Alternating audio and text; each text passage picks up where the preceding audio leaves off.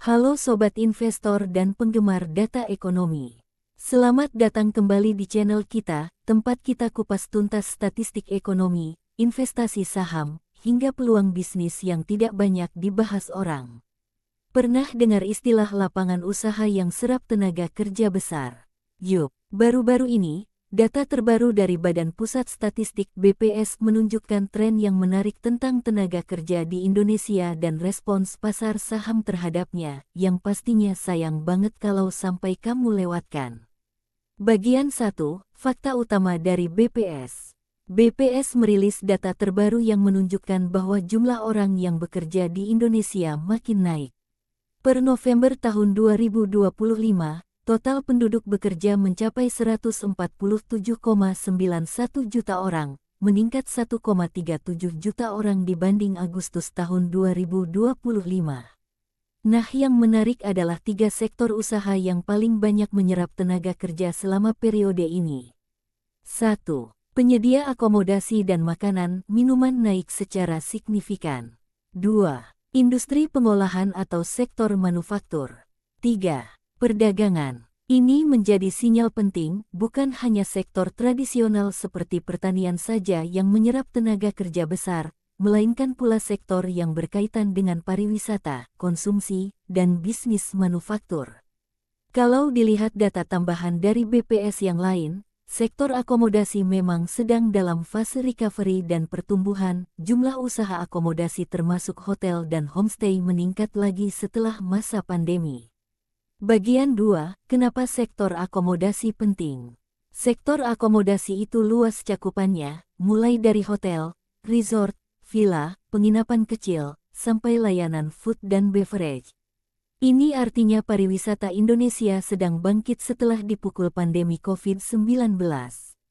Lebih jauh, data dari statistik pariwisata juga menunjukkan jumlah wisatawan ke Indonesia terus bertambah di tahun 2025, meningkat signifikan dari tahun-tahun sebelumnya.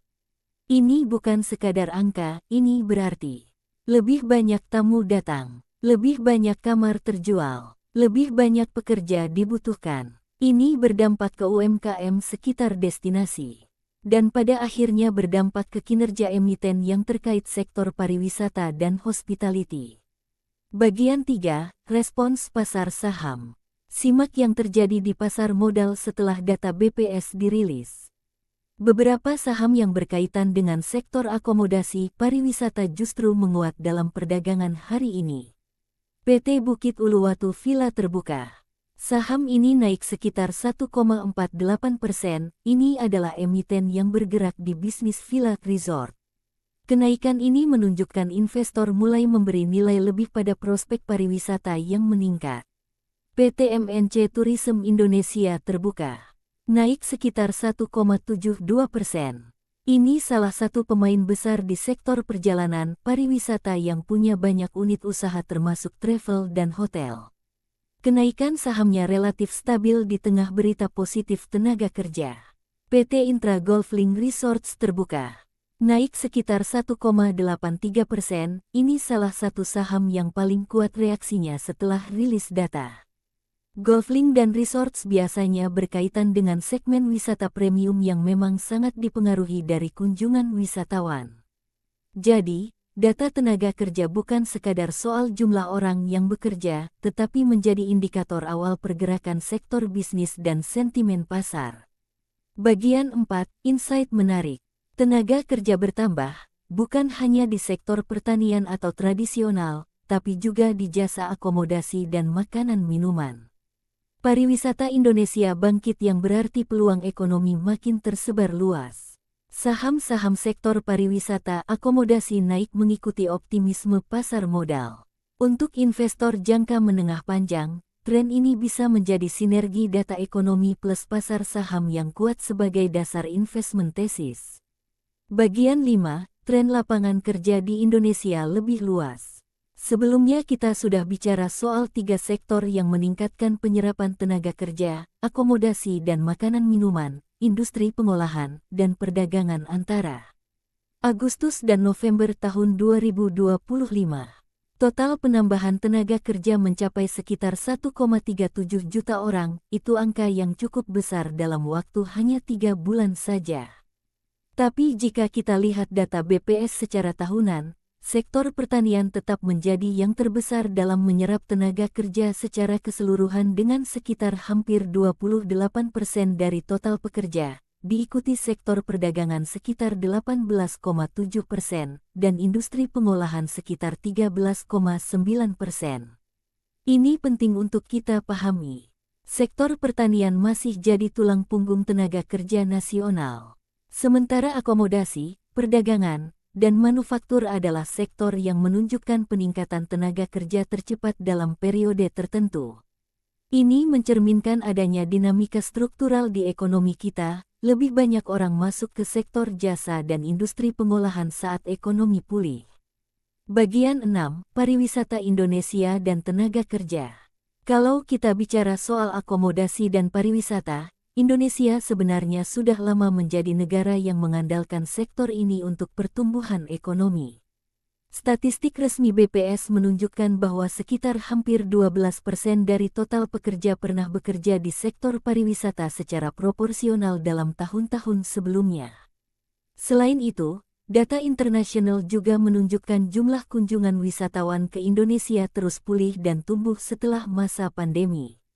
Pada 2025 saja jumlah kunjungan wisatawan internasional tercatat dipastikan mencapai jutaan orang, menunjukkan tren pemulihan aktivitas pariwisata global. Ini berarti sektor pariwisata bukan hanya menyerap tenaga kerja secara langsung, tapi juga memberi kontribusi ekonomi yang lebih luas dari UMKM kuliner, hotel, pemandu wisata, hingga penyedia jasa transportasi. Bagian 7. Hubungan antara penguatan tenaga kerja dengan kinerja saham sektor pariwisata dan akomodasi. Nah, ini bagian yang paling menarik bagi teman-teman yang juga tertarik dunia investasi, aksi pasar saham terhadap kabar positif BPS. Beberapa saham sektor pariwisata dan hospitality yang sempat menguat setelah data tenaga kerja dirilis menunjukkan respons optimis dari investor. Yang paling menonjol antara lain PT Bukit Uluwatu Villa Terbuka (BUVA). Emiten ini bergerak di bisnis villa dan resort, salah satu subsektor hospitality yang langsung mendapat manfaat dari naiknya kunjungan wisatawan dan permintaan akomodasi. Sahamnya menguat di perdagangan sesudah data dirilis, ini indikasi pasar mulai menghargai potensi pendapatan perusahaan di sektor ini. PT MNC Tourism Indonesia Terbuka (KPIG). Ini perusahaan besar di sektor perjalanan, termasuk layanan paket wisata dan kerjasama dengan hotel. Kenaikan sahamnya menunjukkan investor menaruh ekspektasi positif terhadap rebound sektor perjalanan yang luas. PT Intra Golflink Resorts Terbuka (GOLF).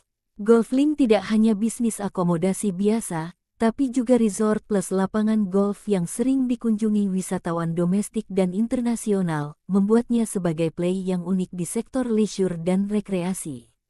Sahamnya mencatat kenaikan yang cukup tinggi dibanding dua lainnya. Tren seperti ini tidak hanya soal angka statistik, ini sentimen pasar. Investor melihat indikator tenaga kerja sebagai salah satu proksi kesehatan ekonomi. Ketika semakin banyak orang bekerja, permintaan terhadap barang dan jasa naik, dan itu bisa berdampak positif terhadap kinerja perusahaan. Penelitian akademis menunjukkan bahwa kinerja keuangan perusahaan di sektor hotel dan pariwisata, misalnya rasio-rasio seperti EPS, PER, PBV, ROE, berkorelasi signifikan dengan harga saham mereka di pasar modal dalam jangka panjang. Bagian 8. Peluang dan tantangan. Lalu apa artinya semua ini bagi kita? Peluang. Sektor akomodasi dan pariwisata berpotensi tumbuh lebih cepat seiring rebound wisatawan. Jumlah tenaga kerja yang meningkat memberi sinyal bahwa konsumsi dan permintaan jasa akan naik. Ini meningkatkan peluang pertumbuhan industri jasa lain seperti restoran, logistik, dan retail. Untuk investor, saham sektor ini bisa menarik diversifikasi portofolio khususnya jangka menengah hingga panjang.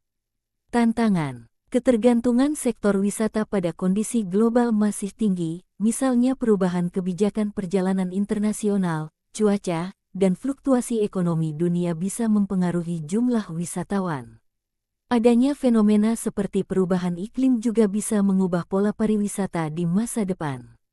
Oke teman-teman, itulah gambaran lengkapnya.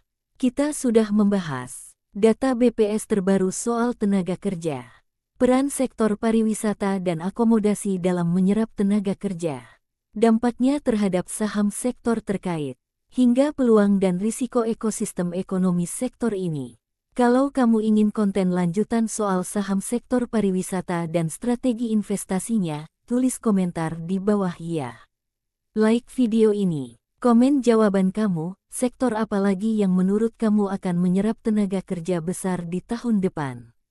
Subscribe kalau belum, nyalakan loncengnya supaya kamu tidak ketinggalan update ekonomi dan investasi setiap harinya. Sampai jumpa di video berikutnya. Semoga sehat selalu dan salam sukses.